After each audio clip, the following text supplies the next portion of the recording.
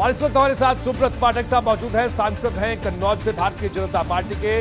सुब्रत पाठक साहब, आपका स्वागत है बीपी गंगा में। जी सुब्रत पाठक जी, सबसे पहला सवाल, क्या कहना है आपका? अखिलेश यादव ने जो बयान दिया, उनका कहना है कि एटीएस पर भरोसा नहीं, यूपी पुलिस पर भरोसा नहीं, इस पर आपकी प्रतिक्रिया सबसे पहले। देखिए, अखिलेश जी को स्वाभाविक है, अखिलेश जी को उत्तर प्रदेश की पुलिस पर भरोसा नहीं होगा, क्योंकि अखिलेश जी जब उत्तर प्रदेश के मुख्यमंत्री थे तो इनके इशारे पर उत्तर प्रदेश की पुलिस माफियाओं को संरक्षण देती थी। उत्तर प्रदेश की पुलिस आतंकवादियों को पकड़ती नहीं थी। उत्तर प्रदेश की पुलिस दंगाइयों को हवाई जहाज पर बैठाल कर इनसे मिलाने के लिए ला रही थी। तो निश्चित रूप से अब उत्तर प्रदेश की पुलिस उसके बिल्कुल उलट काम कर रही है। अब उत्तर प्रदेश की पुलिस आतंकवादियों को पकड़ रही है। आज उत्तर प्रदेश की पुलिस माफियाओं के मकान को गिरा रही है।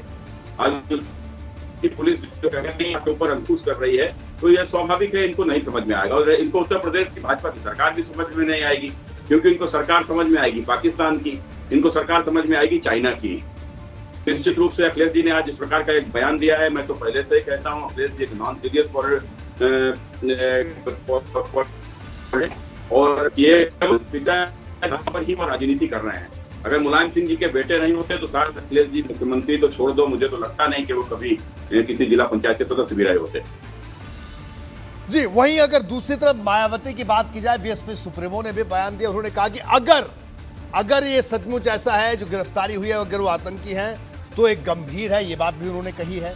तो मायावती के बयान को किस तरह से आप देखते हैं? देखिए, मायावती का बयान एक शुद्ध एक राजनीतिक बयान है और सीधे सीधे वो मुस्लिम वोट को टारगेट करके लिया जाए। जिस प्रकार से कि उत्तर प्रदेश में लगता है कि मुसलमान वोट समाजवादी पार्टी को जा रहा है, ये मुसलमान हमको कैसे आ जाए। तो ये दोनों लोग कि हमारी जात तो हमारे साथ में है, तो मुसलमान वोट और हमको मिल जाए तो हम किसी प्रकार से सत्ता के आसपास पहुंच जाएं। तो उसी को लेकर लड़ाई है। कितना नीचे गिर सकते हैं वोट बैंक के लिए, उतना नीचे ये लोग जाएंगे आने वाले दिनों में, आप देखेंगे जिस प्रकार से आ रहा है। और यही कारण है, मुझे तो सबसे बड़ी बात तो मुझे मुस्लिम समाज को इस बात को समझना चाहिए कि एक आतंकवादी तो इस प्रकार से, ये दोनों दल यदि इस प्रकार से उनको डिफेंड कर रहे हैं तो इसके पीछे क्या कारण है? क्या वो समझते हैं कि मुस्लिम समाज उत्तर प्रदेश का क्या आतंकवादियों का समर्थक है? यदि नहीं आतंकवादियों का समर्थक है तो इसको मुझे लगता है खुलकर आना चाहिए, इन दोनों का, उसको इन दोनों की खिलाफत करना चाहिए। जी, तो पाठक साहब, क्या आपको लगता है कि चुनाव नजदीक है और इसी तरह से ये बयानबाजी हो रही है जो अभी भी आप बात कर रहे हैं सीधे तौर पर? देखिए, ये चुनाव में निश्चित रूप से हमने कहा कि आप देखिए इनके समझ में जब सरकार जी की बात कही थी, वो आतंकवादी जिन्होंने सीआरपीएफ कैंप के ऊपर हमला किया था, वो आतंकवादी जो तमाम सारी वारदातों को अंजाम दे चुके थे और जेलों में बंद थे, तो वहां के ऊपर उनकी सरकार थी, तो उनकी सरकार में इस प्रकार के हरकतें होती थी और उसके बाद में जो पकड़े जाते थे तो उनको छोड़ने का प्रयास होते थे। तो भला हो उत्तर प्रदेश के हाईकोर्ट का जो समय के ऊपर उसको छोड़ा नहीं गया, तो कुल मिलाकर लेकिन इन्होंने तो अपना प्रयास पूरे कर दिया था। वो आतंकवादी यदि जेल से बाहर निकल कर आते तो क्या गंगा जी में नहाने थोड़े न जाते, और निश्चित रूप से फिर कहीं न जाकर कहीं ना कहीं करते। तो कुल मिलाकर की सरकार है और यही कारण है कि योगी अपराधी आज जब से दिल्ली में नरेंद्र मोदी की सरकार आई है, उसके बाद इस प्रकार के आतंकवादी आज कोई भी घटना को अंजाम नहीं दे पा रहे हैं, घटना के अंजाम देने से पहले ही पकड़े जा रहे हैं। और आज अगर वो पकड़े गए हैं तो आज इनको इस प्रकार से, जिस प्रकार से इन लोगों का उनके प्रति जो नजरिया सामने आया है, बहुत दुखद है, निराशाजनक है और निश्चित रूप से राष्ट्र विरोधी भी है। सुब्रत पाठक साहब, ऐसे मामलों में जहां पर राष्ट्रीय सुरक्षा का मामला, कि आपको नहीं लगता कि इस तरह की बयानबाजी हो, कोई भी अखिलेश यादव करे या बीएसपी की तरफ से हो या कोई और पार्टी करे, तो कहीं ना कहीं जो पुलिस और एटीएस का जो मनोबल है उसको भी गिराता है, क्योंकि लोग जिस तरह से जो कार्रवाई की वो जनता के सुरक्षा के लिए है। देखो, ये वही लोग हैं जो सर्जिकल स्ट्राइक पर भी जो है उसका सबूत मांगते हैं। तो कुल मिलाकर ये वो लोग हैं जो वैक्सीनेशन का विरोध करते हैं। ये वो लोग हैं जो अपने देश में तमाम प्रकार के आतंकवादियों को छोड़ने की वकालत करते हैं। ये वो लोग हैं कि एक आतंकवादी यदि इंस्पेक्टर मोहन शर्मा को मार देता है तो मोहन शर्मा को मारने पर नहीं रोता है, लेकिन वो आतंकवादी यदि मारा जाता है तो इस देश की जो उस समय के ऊपर मंत्री रहे सलमान खुर्शीद बोलते हैं कि सोनिया जी रात भर सोई नहीं, रात भर रोती नहीं। तो इस प्रकार के लोग हैं जो इस देश में यदि कोई आतंकवादी को फांसी होती है तो उसके लिए रात में कोर्ट खुलवाते हैं। तो ये इस प्रकार के लोग हैं, इस प्रकार का इनका चरित्र है। ये वोट के लिए कितना नीचे गिर सकते हैं, देश को नुकसान हो, समाज को नुकसान हो, और चाहे किसी की हत्या हो, चाहे कोई मरे, चाहे कोई जिए, इनसे कोई फर्क नहीं पड़ने वाला। इन्हें तो केवल वोट चाहिए, सत्ता आ जाए, सरकार में बैठ जाए, किसी प्रकार से फिर से मुख्यमंत्री बन जाए, तो उसको लेकर चाहे बयान दें, चाहे ट्वीट करें, इन्हें कोई फर्क नहीं पड़ने वाला है। लेकिन निश्चित रूप से इस देश का राष्ट्रवादी एक व्यक्ति जाग गया है।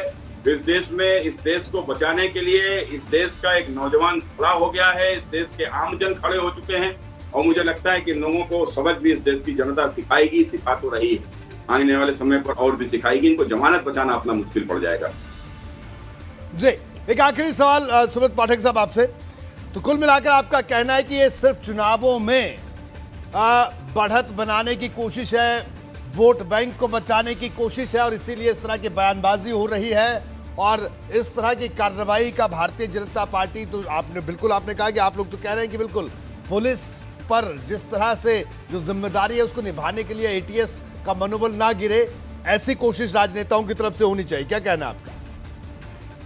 नहीं, बिल्कुल ठीक बात है कि देखिए, जिस प्रकार से सेना में अगर आप जाइए, सेना के लोगों से आप बात करिए, तो सेना के लोग आपको अच्छे से बताएंगे कि किस प्रकार की स्थिति नरेंद्र मोदी सरकार आने से पहले कश्मीर के भीतर हुआ करती। ये सेना में जाने वाले जो जवान हैं, ये जवान तो इनकी कोई जाति तो होती नहीं, तो किसी भी जाति के होते हैं। उत्तर प्रदेश से बहुत बड़ी संख्या में मुझे लगता है कि अखिलेश जी की भी जाति के लोग सेना में गए हुए हैं। आप उनसे ही पूछ लीजिए किस प्रकार के हालात थे। पत्थर चलते थे, किसी का हाथ कट जाता था, किसी की आंख फूट जाती थी, आतंकवादियों को वहां के ऊपर संरक्षण दिया जाता था, सेना को गोली चलाने का आदेश नहीं होता था। आतंकवादी पत्थर चला रहा है, गोली चला रहा है, उसके पास में हर प्रकार की स्वतंत्रता थी, सेना बंधक थी।